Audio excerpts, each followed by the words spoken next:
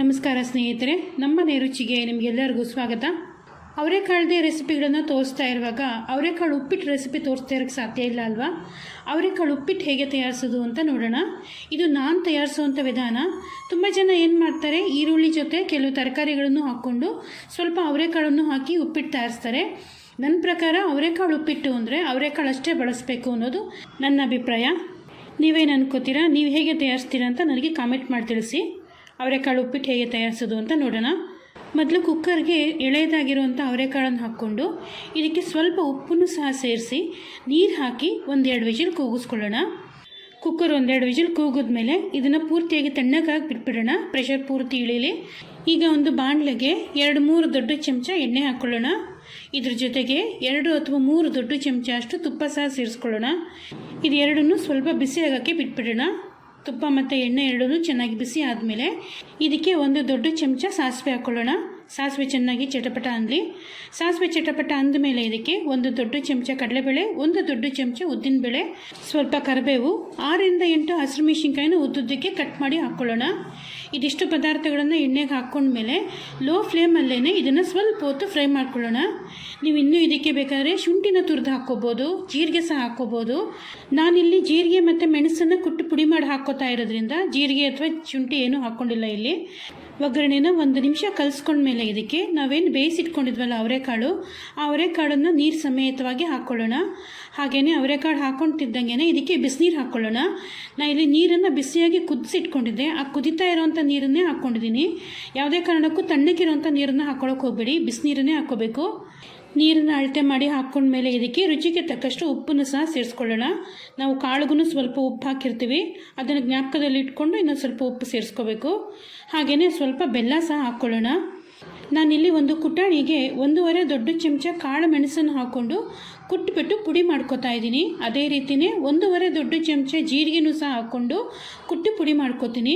ಇದನ್ನು ನಾನು ಹುರಿದಿಲ್ಲ, ಹುರಿಯೋದೇನೆ ಜೀರಿಗೆ ಮತ್ತು ಮೆಣಸನ್ನು ತರ್ತರಿಯಾಗಿ ಈ ರೀತಿ ಪುಡಿ ಮಾಡಿಕೊಂಡು ಇದನ್ನು ಸಹ ಸೇರಿಸ್ಕೊತಾ ಇದ್ದೀನಿ. ನೀವು ಬೇಕಾದ್ರೆ ಇದನ್ನು ಮಿಕ್ಸಿ ಜಾರ್ಗೆ ಹಾಕ್ಕೊಂಡು ಪುಡಿ ಮಾಡ್ಕೋಬೋದು. ಆದರೆ ಈ ರೀತಿ ಕುಟ್ಟಿ ಪುಡಿ ಮಾಡೋದ್ರಿಂದ ಫ್ಲೇವರ್ ತುಂಬ ಚೆನ್ನಾಗಿ ಬರುತ್ತೆ. ಕೊನೆಯದಾಗಿ ಇದಕ್ಕೆ 1 ಕಪ್ಪಷ್ಟು ಫ್ರೆಶ್ ಆಗಿ ತುರಿದಿರುವಂಥ ತೆಂಗಿನಕಾಯಿ ಹಾಕ್ಕೊಳ್ಳೋಣ. ಇದೆಲ್ಲ ಪದಾರ್ಥಗಳನ್ನು ಹಾಕ್ಕೊಂಡ್ಮೇಲೆ ಒಂದು ಸಲ ಚೆನ್ನಾಗಿ ಕಲಿಸ್ಕೊಳ್ಳೋಣ. ಇದೆಲ್ಲವನ್ನು ಚೆನ್ನಾಗಿ ಕಲಿಸ್ಕೊಂಡು ಇದು ಸ್ವಲ್ಪ ಬಿಸಿಯಾಗಿ ಕುದಿಯೋಕ್ಕೆ ಬಿಟ್ಬಿಡೋಣ. ಇದೊಂದು ಕುದಿ ಬರೋಕ್ಕೆ ಶುರು ಆಗಬೇಕು. ನೋಡಿ, ಈ ರೀತಿ ಕುದಿ ಬರೋಕ್ಕೆ ಶುರು ಆಗಬೇಕು. ನಾವೆಲ್ಲವನ್ನು ಬಿಸಿಯಾಗಿ ಹಾಕ್ಕೊಂಡಿರ್ತೀವಿ, ಬಿಸಿನೀರು ಹಾಕ್ಕೊಂಡಿರ್ತೀವಿ, ಅದರಿಂದ ಹೆಚ್ಚು ಟೈಮ್ ತೊಗೊಳ್ಳಲ್ಲ. ಇದೊಂದು 2 ನಿಮಿಷಕ್ಕೆ ಚೆನ್ನಾಗಿ ಕುದಿ ಬರುತ್ತೆ. ಒಂದು ಸಲ ಕುದಿ ಬಂದ ಮೇಲೆ ಇದಕ್ಕೆ ಹುರಿದಿಟ್ಕೊಂಡ್ರು ಅಂತ ರವೆನ ಹಾಕ್ಕೊಳ್ಳೋಣ. ನಿಧಾನವಾಗಿ ಈ ರೀತಿ ಸೇರಿಸ್ಕೊತಾ ಜೊತೆಯಾಗಿ ಇನ್ನೊಂದು ಕೈಯಲ್ಲಿ ಕಲಿಸ್ಕೊತಾ ಇರಬೇಕು. ಸ್ವಲ್ಪನೂ ಗಂಟಾಗದೇ ಇರೋ ರೀತಿ ನೀಟಾಗಿ ಇದನ್ನು ಹಾಕ್ಕೊಳ್ತಾ ಮಿಕ್ಸ್ ಮಾಡ್ಕೊತಾ ಇರಬೇಕು. ಈ ರೀತಿನೇ ಹುರಿದಿರೋ ರವೆ ಎಲ್ಲವನ್ನೂ ಹಾಕ್ಕೊಂಡು ಚೆನ್ನಾಗಿ ಕಲಿಸ್ಕೊಳ್ಳೋಣ. ನಾನಿಲ್ಲಿ ಯಾವ ಅಳತೆನಲ್ಲಿ ಕಾಳು ತೊಗೊಂಡಿದ್ನೋ ಅದೇ ಅಳತೆನಲ್ಲೇ ಹುರಿದಿರೋಂಥ ಉಪ್ಪಿಟ್ಟು ರವೆನೂ ಸಹ ಸೇರಿಸ್ಕೊತಾ ಇದ್ದೀನಿ. 1 ಪಾವು ಉಪ್ಪಿಟ್ಟು ರವೆ 1 ಪಾವು ಕಾಳಿಗೆ 3.5 ಅಳತೆನಲ್ಲಿ ನೀರು ತೊಗೊಂಡಿದ್ದೀನಿ. ನಾನಿಲ್ಲಿ ಹೇಳ್ತಾ ಇರೋದು ಹುರಿದಿರೋಂಥ ರವೆ ಅಳತೆನಲ್ಲಿ. ಹಸಿ ರವೆನ ಅಳತೆ ಮಾಡಿ ಹಾಕ್ಕೊಳಕ್ಕೆ ಹೋಗಬೇಡಿ. ರವೆನ ಹುರಿದ ಮೇಲೆ ಅಳತೆ ಮಾಡ್ಕೋಬೇಕು ಯಾವತ್ತೂ ಉಪ್ಪಿಟ್ಟು ತಯಾರಿಸುವಾಗ. ನೋಡಿ, ರವೆ ಎಲ್ಲವನ್ನೂ ಸೇರಿಸಿ ಚೆನ್ನಾಗಿ ಕಲಿಸ್ಕೊಂಡಿದ್ದೀನಿ. ಎಲ್ಲವನ್ನೂ ಚೆನ್ನಾಗಿ ಹೊಂದ್ಕೊಂಡಿದೆ. ಇದು ಮತ್ತೆ ಈ ರೀತಿ ಕುದಿ ಬರೋಕ್ಕೆ ಶುರು ಆಗುತ್ತೆ. ಒಂದು ಸಲ ಈ ರೀತಿ ಕುದಿ ಬಂದ ಮೇಲೆ ಮುಚ್ಚಿಟ್ಬಿಟ್ಟು 2 ನಿಮಿಷ ಲೋ ಫ್ಲೇಮಲ್ಲಿ ಬೇಯಿಸ್ಕೊಳ್ಳೋಣ. ಫ್ಲೇಮ್ನ ಪೂರ್ತಿ ಕಮ್ಮಿ ಮಾಡಿಕೊಂಡು 2 ನಿಮಿಷ ಚೆನ್ನಾಗಿ ಬೇಯಿಸ್ಕೊಂಡಿದ್ದೀನಿ. ನೋಡಿ, ಎಲ್ಲವನ್ನೂ ಚೆನ್ನಾಗಿ ಬೆಂದಿದೆ, ಸಾಫ್ಟಾಗಿದೆ, ಕರೆಕ್ಟಾಗಿ ಹದವಾಗಿರುತ್ತೆ. ತುಂಬ ಜಾಸ್ತಿ ಗಟ್ಟಿನೂ ಇರಲ್ಲ, ಉದ್ದುದ್ರಾಗೂ ಇರಲ್ಲ. ಈಗ ನೋಡಿ, ಒಂದು ಸಲ ಚೆನ್ನಾಗಿ ಮಿಕ್ಸ್ ಮಾಡ್ಕೊಳ್ಳೋಣ. ನಿಮ್ಗೆ ಇಷ್ಟ ಆದರೆ ಕೊನೆಯದಾಗಿ ಇನ್ನೊಂದು ದೊಡ್ಡ ಚಮಚ ತುಪ್ಪ, ಸ್ವಲ್ಪ ನಿಂಬೆ ರಸ, ಸ್ವಲ್ಪ ಕೊತ್ತಂಬರಿ ಸೊಪ್ಪು, ಈ ರೀತಿ ನಿಮ್ಗೇನಾದ್ರು ಇಷ್ಟ ಆದರೆ ಸೇರಿಸ್ಕೋಬೋದು. ನಾನು ಸಾಮಾನ್ಯವಾಗಿ ನಿಂಬೆ ರಸ ಹಾಕೋದಿಲ್ಲ ಅವರೆಕಾಳು ಉಪ್ಪಿಟ್ಟು ತಯಾರಿಸುವಾಗ. ಇದೇ ವಿಧಾನದಲ್ಲಿ ಇಷ್ಟೇ ತಯಾರಿಸ್ತೀನಿ. ಬೇಕಾದ್ರೆ 1 ದೊಡ್ಡ ಚಮಚ ತುಪ್ಪ ಸೇರಿಸ್ಕೊತೀನಿ. ನಾನು ಮೊದಲೇ 2-3 ಚಮಚ ತುಪ್ಪ ಹಾಕಿರೋದ್ರಿಂದ ಮತ್ತೆ ಹಾಕ್ಕೊಂಡಿಲ್ಲ. ನೋಡಿ, ಬಿಸಿ ಬಿಸಿಯಾಗಿರುವಂಥ ಅವರೆಕಾಳು ಉಪ್ಪಿಟ್ಟು ತಯಾರಾಗಿದೆ. 1-2 ನಿಮಿಷ ತಣ್ಣಗೆ ಆಗಿಬಿಟ್ಬಿಟ್ಟು ಇದನ್ನು ಬಿಸಿ ಬಿಸಿಯಾಗಿ ಸರ್ವ್ ಮಾಡ್ಬೋದು. ನೋಡಿದ್ರಲ್ಲ ಅವರೆಕಾಳು ಉಪ್ಪಿಟ್ಟನ್ನು ನಾನು ಹೇಗೆ ತಯಾರಿಸ್ತೀನಿ ಅಂತ.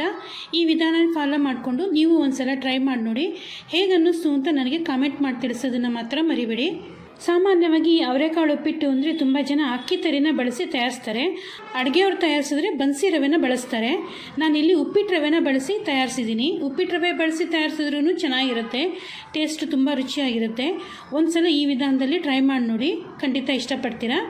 ನಾನು ಈಗಾಗಲೇ ಸಾಕಷ್ಟು ಬ್ರೇಕ್ಫಾಸ್ಟ್ ರೆಸಿಪಿಗಳನ್ನು ತೋರಿಸಿದ್ದೀನಿ. ಆ ರೆಸಿಪಿಗಳ ಪ್ಲೇಲಿಸ್ಟನ್ನು ನಾನು ವಿಡಿಯೋ ಕೊನೆಯಲ್ಲಿ ಹಾಕಿರ್ತೀನಿ.